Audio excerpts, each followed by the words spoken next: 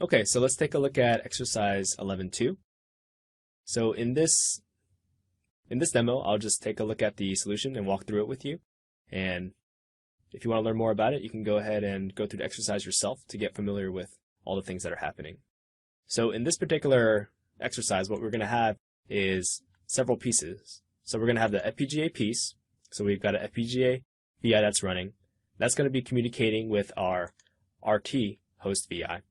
And then our RT host VI is going to be communicating with a Windows VI up here.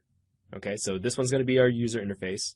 It's going to communicate with the RT host VI, which is able to communicate with our FPGA VI. Okay, so let's step through it. So we'll start with the FPGA VI. So here we've got the front panel for our FPGA VI. If we look at the block diagram, all we're doing is we have a while loop. We're setting an acquisition rate right here. So that's going to be our sample period. So notice that sample period we're going to be able to set from our host VI. And then over here, we've got our acquisition code. So in this case, we're just acquiring temperature. So we're getting temperature, CJC, auto 0, and then we also get some error information as well. Okay? So just remember that these indicators and this control will be accessible from our real-time host VI. Okay? So I'm going to go ahead and close this. Here we have an icon for this as well. So I'm going to close this. And the next part of this exercise, what you'll do is you'll create the RT host VI. So let's open up a simplified version of it first. So you'll create a RT VI. Notice that it is residing under our RT target, CRIO, and not under the FPGA target. If we go back here to our front panel, let's look at the block diagram. So in the block diagram, notice that we have our Open FPGA interface function. And what this is going to do is notice that we've got the icon for our FPGA VI. So if we look at Configure Open, we've set it to our temperature monitor FPGA VI. And it's going to run the FPGA VI once we open it. So now this is going to go ahead and deploy our FPGA VI to our FPGA. It's going to start running it.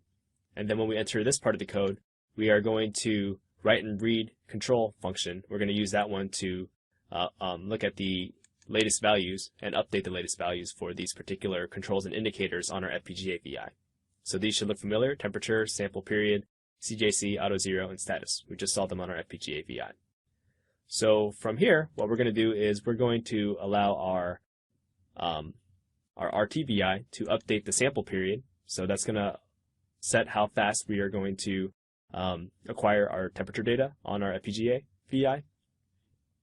And then also we're going to take that temperature data and we're going to send it to this conversion function that'll convert that data into Celsius.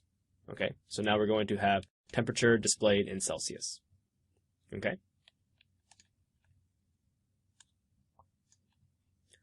So in the next piece, what we're going to do is we're going to modify this VI and we're going to have this RT host VI communicate with Windows. Okay, so let's close this. And for us to get our RT VI, so this is going to be the completed version of that RT VI where we added some networking. We need some way of communicating between this RT host VI and our Windows VI up here. Okay, in this case, what we're going to do is we're going to use shared variables to do that. So first, we have to create our shared variables. So if you wanted to create a variable, you can right-click, go to New, and then Variable. In this case, we've already done that. And when we selected that, it automatically created a library for us. Okay, so we have a library that we saved as variables.lvlib, and we've created different variables under here. Once you have once you have a library, you can right-click and go to New and go to Variable to insert another variable inside that library. Okay.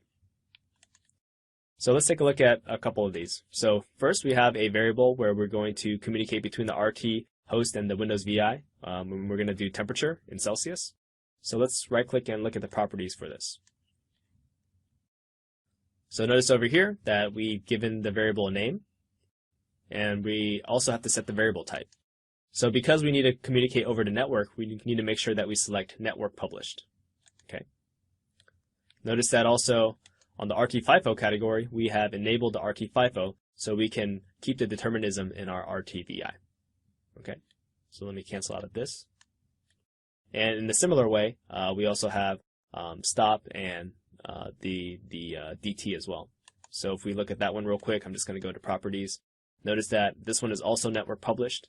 The data type is different, however. So this one happens to be a U32. And if you select data type, this is where you can change the data type of your variables. Okay.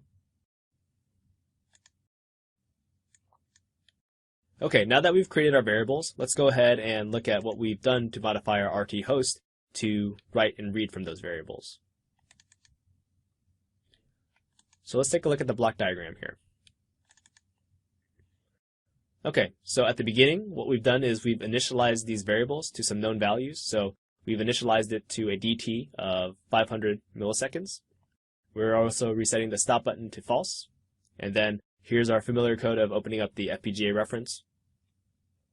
Notice that now instead of using a control to control the sample period, we're reading the value of this shared variable. Okay, so that means from my Windows VI, I can actually set the value of how fast I want to acquire, and then that'll get sent to my RTVI, which sends it to our FPGA VI. Okay, now we've done the conversion from these values into Celsius units, and what we're going to do is we're going to write that value to our temperature, or our T parentheses C close parentheses variable, and now that way, because it's in that variable, we can read that from our Windows VI. We're also reading a stop value from our Windows VI using this variable, and that way our Windows VI will be able to stop our RTVI. Okay, and then at the end we still have this close FPGA reference and handling errors. So let's go ahead and close this.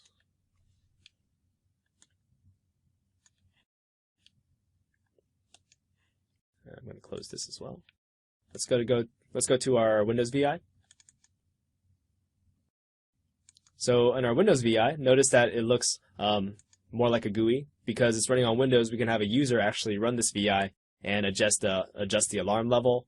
Also, we're able to change the sample interval with this knob. We can also set a log path as well. And we have a chart. And we have a temperature alarm LED. So let's take a look at the block diagram here.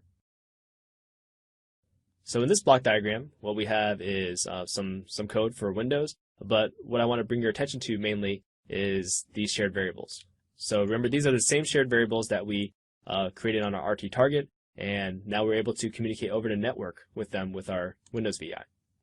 So here, the Windows VI is setting the value of the DT variable, and then we're also reading the temperature variable to get the current temperature to our Windows VI. And then we're also able to stop the RT target by using a control and sending the value of that control back down to our RT target. We're also using a ExpressVI here to write to a measurement file, so we're also logging data on our Windows computer. Okay, and we also have some logic down here to for our alarm. So I'm going to close this. And now what I'm going to do is let's put it all together. Okay, so in this case we've already compiled our FPGA VI, so we're good to go on that. And I'm going to go ahead and open up our RT VI. So this is going to run on our RT host. Okay, so this is going to run on our RT target, which is a CRIO for this particular application. And let's go ahead and hit run.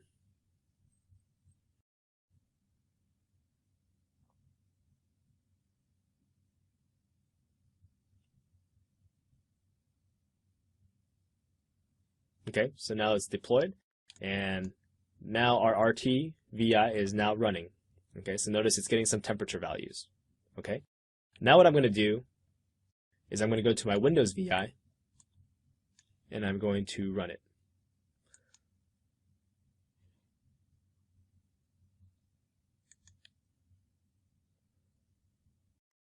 So notice over here, I've got my Windows VI, and it is now looking at temperature. So now I'm going to go ahead and adjust the temperature on my thermocouple just to show that we're actually getting real data.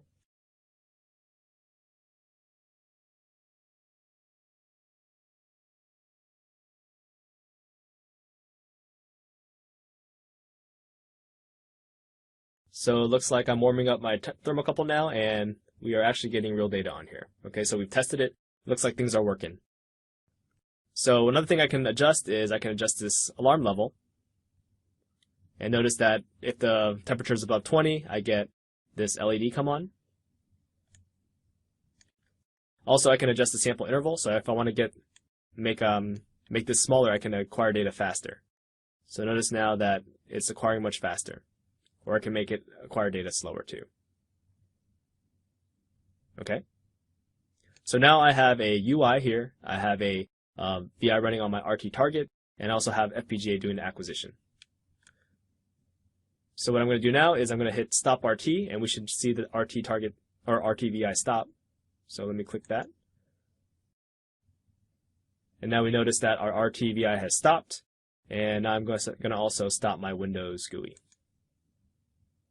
Okay. We also have a log file over here, so let me go ahead and grab that. So if we go to that same file path, which is log files, notice that I have a log file, temperature.lvm. So we have a log file, and we've got that functionality running on Windows. And that's pretty much all our pieces. So remember, in the RT application, if you're doing the final application, you shouldn't be using the front panel communication to run your RT VI. You should actually make it into a startup exe, but that's going to be discussed in the real-time help or the real-time 1 course. Okay, let's look at the discussion question. So why was the temperature conversion to units of Celsius done in the RT host VI instead of the FPGA VI? So for this particular application, the conversion algorithm to Celsius was actually done using double precision floating point, which is not supported on the FPGA. The FPGA does support single precision floating point, but in this case, that's not what was used. What are the advantages of writing data to file on a Windows VI? And what would be the advantages of writing the data to file on an RT host VI? So when you're writing a log file, you can actually do that either on Windows or you can do it on RT as well. The advantages to each, so if you're using it on, if you're writing to file on Windows, one advantage is that Windows computers are going to typically have really large hard drives, so you won't have to worry about running out of space. An advantage of writing data to an RT target instead is that RT targets are going to be more stable and more reliable than Windows targets.